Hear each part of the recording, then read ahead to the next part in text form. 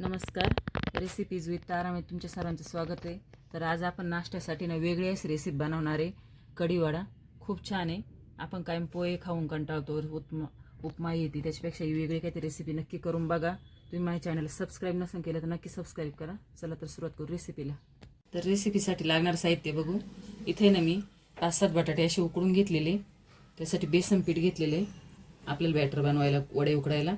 आणि इथे ना कढीसाठी बेसन पीठ घेतले वेगळं, दही घेतलेले, हळद पावडर, मोहरी, जिरे, कढीपत्ता, लसूण असं ठेचून घ्यायचं आहे, मीठ घ्यायचं चवीनुसार, 2 चमचे साखर घ्यायची, हिरवी मिरची कट करून घ्यायची. आणि इथे ना आपल्याकडे जे मसाले असेल ते एकत्र करून घ्यायचे. मी असं ना घरचं लाल तिखट पण काळा तिखट पण ते पण घेतले, दोन्ही पण.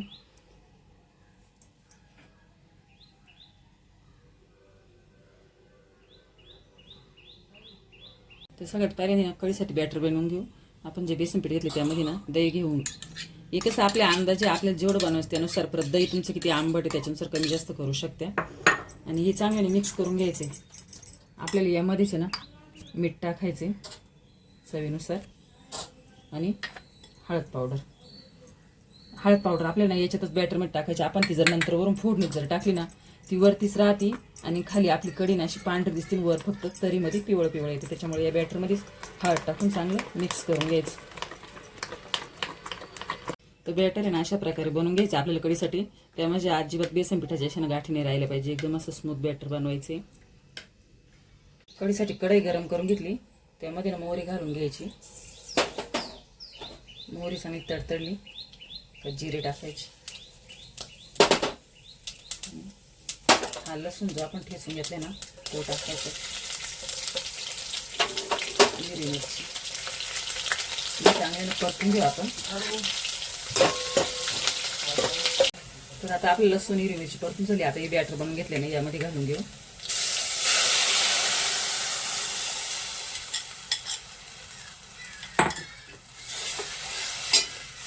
आणि यामध्ये पाणी घालायचं आपल्याला जेवढे पाहिजे तेवढं पातळ ठेवायची, घट्ट ठेवायची त्यानुसार. आणि आता यामध्ये ना जी साखर घेतली ना आपण 2 चमचे ती घालून घ्यायची. तुम्ही साखरेऐवजी गोड पण घालू शकता. आता हिला ना एक कढई येऊन देऊ आपण, उकळी नाही येऊन द्यायची, फक्त असं थोडे बडबडे दिसायला लागले का बंद करायचं गॅस. बटाटे घेतले ना आपण ते हाताने असे मॅश करून घेऊ आपण. जास्त बारीक नाही करायचे, आपल्याला त्याच्या वड्यामध्ये पण हे झाली पाहिजे. इथे भाजीसाठी एक पॅन गरम करून घेतला, त्यामध्ये 1 चमचा तेल घालायचे. तेल चांगलं तापलं का मोहरी,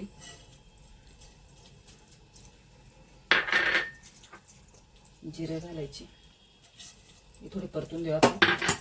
हिरवी मिरची थोडी 1-2 पीस, लसूण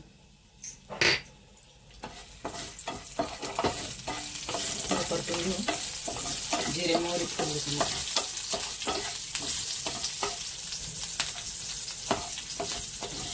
आता त्यामध्ये आपण हे मसाले घेतले ते टाकायचे. हळद पावडर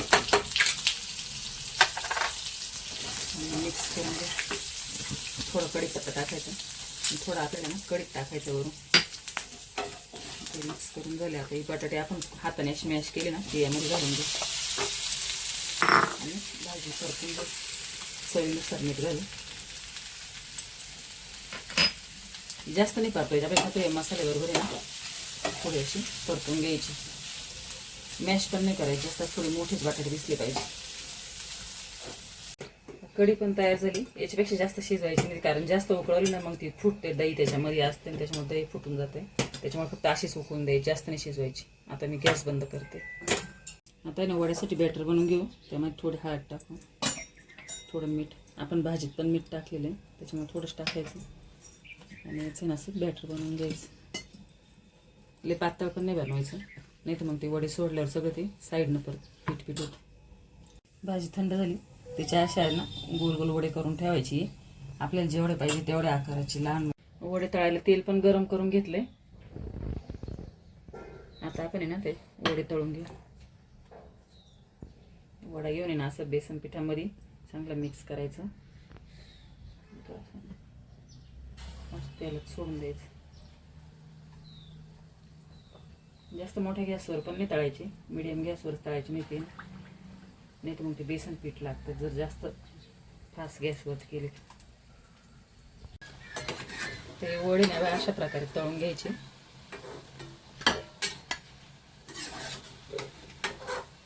जास्त पण नाही लाल करायचे. आपले बटाट वडे पण तयार झाले. तुम्ही बघू शकता खूप छान असे. आणि कढी पण तयार झाली. तर आपला कढी वडा रेसिपी तयार झाली. खूप छान अशी नाश्त्यासाठी. तुम्ही पण घरी नक्की बनवून बघा. रेसिपीला लाईक करा, चॅनलला सबस्क्राईब करा. चला तर भेटू असं नवीन रेसिपी बरोबर. व्हिडिओ पाहिल्याबरोबर सगळ्यांचे धन्यवाद.